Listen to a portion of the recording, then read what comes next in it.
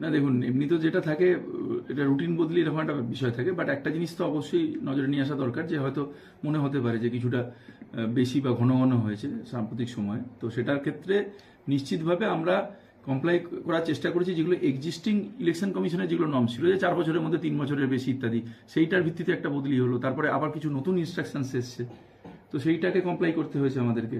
যেখানে 21 সালে যদি কেউ কোথাও কাজ করেছে, সেই থানা এবং পরবর্তীকালে যাতে আমরা বুঝলাম এসিতে তাকে রাখা যাবে না, সেই সাব ইন্সপেক্টরকে। তো ন্যাচারালি এইসবগুলোকে পুরোপুরি in letter and spirit comply করতে গেলে তখনই আমাদের হয়তো একটা, দুটো বা তিনটে অফিসারকে চেঞ্জ করতে হচ্ছে। যখনই এই সাপ্লিনটা শুরু হচ্ছে তখন সেই চেনে হয়তো আরও 3-4 জন পড়ে যাচ্ছে। তো এটা আমাদের জন্য মানে এটা ঠিক আছে, বাট এটা তো ইলেকশন যখন থাকে সামনে, তখন সেক্ষেত্রে এইগুলোকে আমাদেরকে করতে হবে। সেইটাই একটা মূল কারণ আর কি, এটুকু বলতে পারি। পারফরমেন্সটাও কি অনেক ক্ষেত্রে ম্যাটার কিছু করছে? এটা নিশ্চিত হওয়া উচিত, নিশ্চিত।